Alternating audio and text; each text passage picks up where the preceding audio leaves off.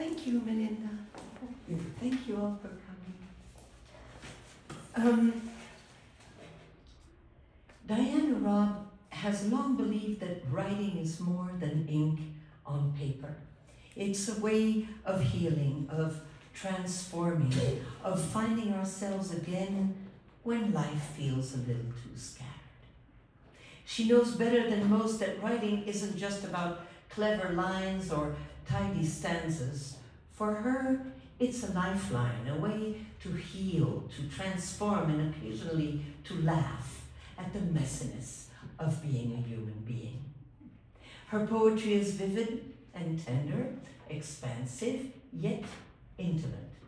Whether she's writing about the ache of love, the quiet rituals of daily life, the visit of the hummingbird, or the memory of a beloved dog's breath, Diana invites us into landscapes where grief and joy, resilience and vulnerability all coexist.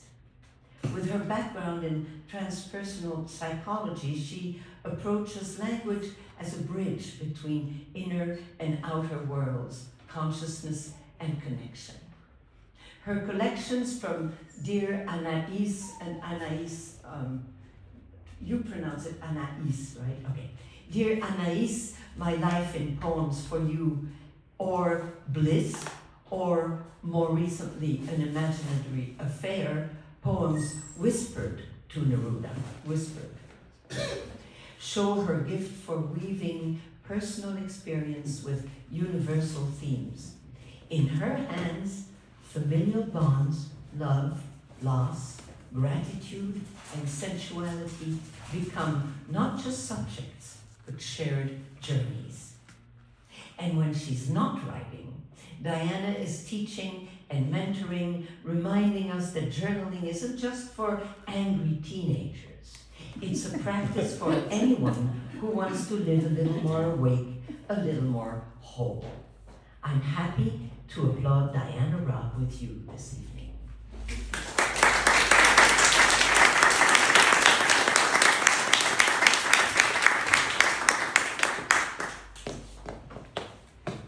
Thank you so much, Laurent, and thank you, Christine, for keeping this series going, and thank you all for coming. In thinking about tonight's theme, I guess it gets down to my 3 life themes, which is 3 L's: love, lust, and loss. I'd like to dedicate this reading to Perry Longo, who we know had a very severe accident, and she's healing, and she wanted to be here. I got a phone call from her as well. And coincidentally, this is the first poem I was going to read, but she would really appreciate this, and I'm going to email it to her. It's called The Usual Signs of Aging. You constantly talk about your health, your joints hurt, you're nostalgic for the past. You start each sentence with, back in the day. You phone rather than text. You remember airmail letters. You only wear comfy clothes. You find people mumble too much. Your best friend is your dog. All your other friends are dying. You find sidewalks uneven, and she really, that really relates to Perry right now, because she did fall off the sidewalk. You can remember what you had for breakfast. You bruise all the time. Your knees are your best neurologists. You stop and say, why did I go to the kitchen? You remember how cheap gas was. Don't recognize any songs on the radio. The pharmacist calls you by your first name. Your dinners get earlier and earlier. You really don't give a damn what people think. Memories. So my parents were immigrants, and my grandfather was I almost said philanderer, but I meant, he might have been, I don't know, but he was a flaneur. And he kind of taught me the art of people watching. He used to take me to Paris and to New York, and we'd sit in cafes and talk about people, and that probably sparked my interest in stories and writing. Memories. You saunter down your street, maybe for the last time, past a store that you'd seen for 70 years or so. A deli whose name you've forgotten, but you still taste their tuna sandwiches with crunchy celery and vinegar chips on the side. The owner, also there for decades, shoulders caved in with an unsteady gait. What's his name again? Oh, and his wife, with that floral kerchief on her head, with unmatching apron, standing cross-armed behind her husband who chats with all the customers. Why are feelings so easy to why are feelings easier to name and smells only elicit snapshots of vivid memories?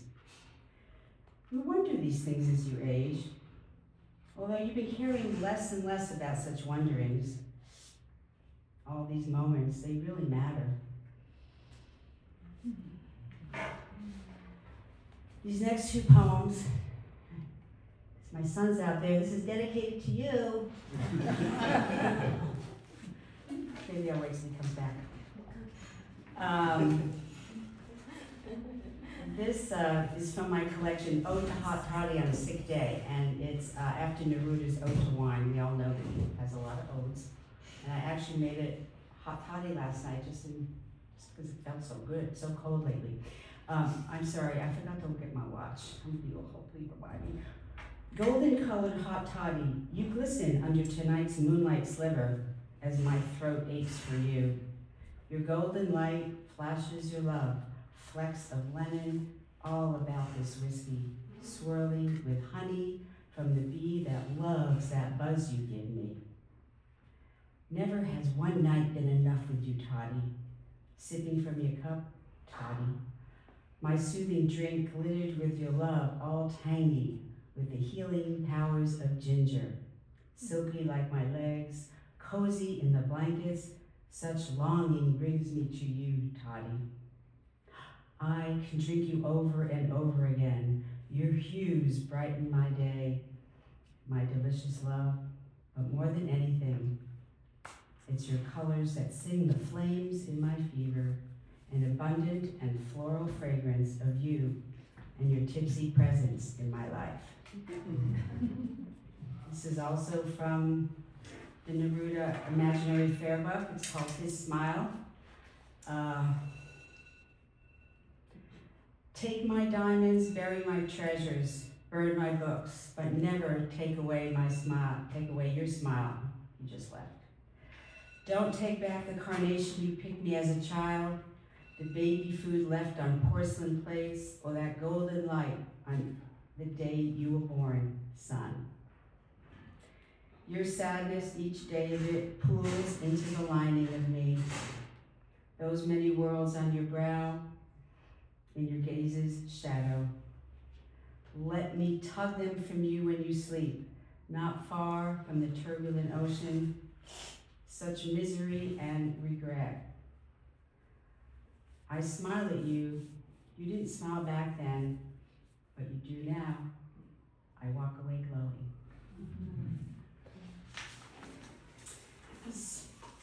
So, Tom Steinbeck, who passed away just before the pandemic, was a good friend of mine, John Steinbeck's son. We used to have tequilas on Friday night. He would have 4, I would have 1. I'd have to call his wife and say, can you pick him up? Because I don't think he's ready to drive. He's got the oxygen tank and the cigarettes and talk about suicide. Yeah. Anyway, we made a deal. I told him he needs to write his memoir. And he says, okay, I'll write my memoir if you write more poetry. I said, okay. Here's a poem dedicated to him. A touching moment. Yesterday, my friend, I sat beside you as you entered your transition. My eyes fixed on your frown. I wondered what you wanted from me, and if you even knew. Your forehead grayed, and I put my hands on it to calm you. You let out a sigh of recognition. I waited for a few moments and then moved my hands to your hairline, and then skull, and then another sigh. I asked permission to continue, but how did I do that in your muted state? Hello, it's me, Diana. I love you. Your eyes opened and then quickly shut forever. The hospice nurse rolled up a small towel under your chin. You needed to hear from me. Here's another cheery one. Who will be at my funeral? Haven't we all pondered that? I don't know, I have. I pondered that lately. Will my mother cry or clap at my passing? Will she ride her horse into the chapel, wearing her rusty joggers, holding a brown whip in her hand?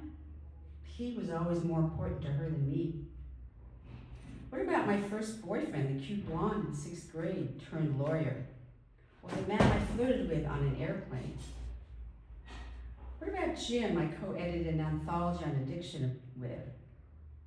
And what about my spiritual guide who sung me into transition? Will incense burn?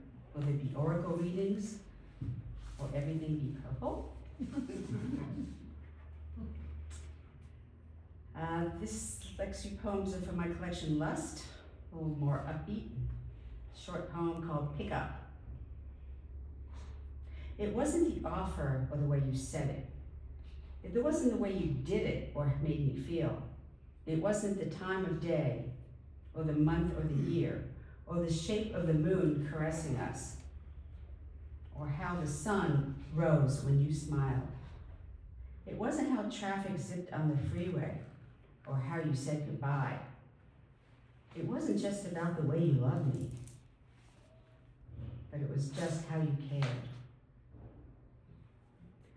This is a short poem.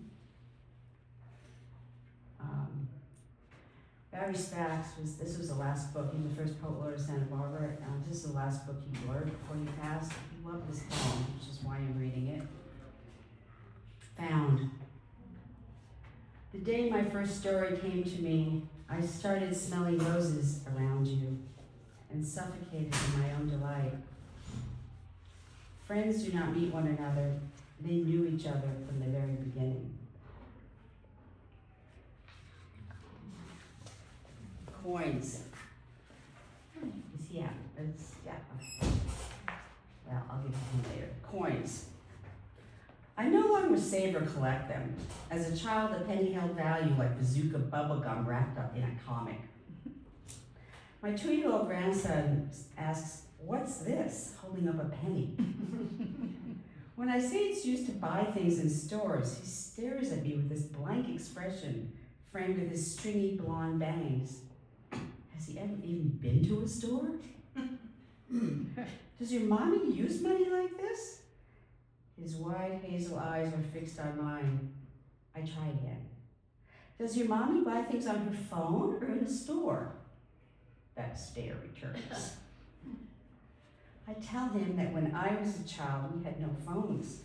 We had to walk or drive to stores. That stare returns. Am I that old? Look, that's Lincoln. He was our president, I tell him. Back home, I ordered the cutest little piggy bank, exactly like the one my grandmother bought me. This is for you, Jaji. Jaji is my 5-year-old grandson. Message to my grandchildren. Outside my writing studio, a hummingbird flutters, one red flower to the next. She glances at me, relaying ancestral messages from the heavens. In awe, I stare at her beauty, iridescent colors, and mystical energy. I know it's Grandma telling me to share stories because they glue the generations together. The pains, the horrors, the world wars, and the cruelty to humanity. Compassion and gratitude, she says, are two seeds that blossom into happiness and nudge us towards the light. From my mother, I learned to hate darkness as she hid under a black straw hat and strolled cemeteries at night. So, dear grandchildren, look for the light, crave peace, and don't settle for less. Some of you of my vintage might remember Richard Brautigan, who wrote Watermelon Sugar. This poem is called Watermelon Sugar Redux.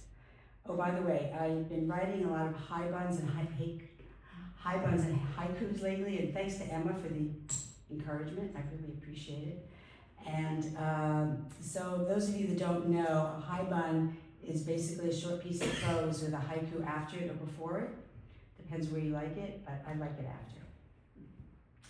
So, watermelon sugar redux. I woke up late Saturday morning. On my chest was the book Watermelon Sugar. Favorite book from my adolescence. I think about living in watermelon sugar and how each day of the week the sun shines a different color. Certainly a calming way of being, like escaping into a meditation practice. I turn on the news and note that this world is also surreal, with love and horror intermingle in what might call a fallen civilization, where everything is made of watermelon sugar. Really, no different than it was back in the 60s, where wars and hatred were unwanted. Haiku, sunny day now. How we taste goodness, power sadly reigns. It's dedicated to my husband, Alaskan Highway. At 18, my parents sent me to faraway land to remove me from a troublesome boyfriend. While working on the farm, I fell in love with their son. That summer, I didn't earn much money, because the son took me away on an unpaid Alaskan highway with his orange Volkswagen Beetle. I wish I had one of those now. Rebellious me loved every minute of the adventure, even when we ran out of food. During an evening hike, I slept under a tree where raccoons also spent the night. We returned home in love, ready for marriage. One just never knows what happens. Here's the haiku. Camping under moonlight, in love with being in love. His adoration captured me. This poem's for Perry because she really liked it. Whiteout, because we all remember it, right? During the days of my youth, I typed stories and poems on the keys of a Smith Corona typewriter. In fact, I typed my first book on it, the one with the ball with all the letters and the alphabet in the circle. I was a fast typist, but I still made mistakes and was very grateful for whiteout, those little strips of paper removing inevitable mistakes. It took very long to write books back then. I'll never forget the Remington typewriter, which my grandmother taught me to type on, which I inherited after she died. It's also the typewriter where she left her suicide note when I was 10 and she was 61. Haiku. Every day is precious. Jacaranda tree hovers over car. Purple petals carpet its roof. Okay, down to my last two poems. As Chris says, 2-poem morning. Like that, silly.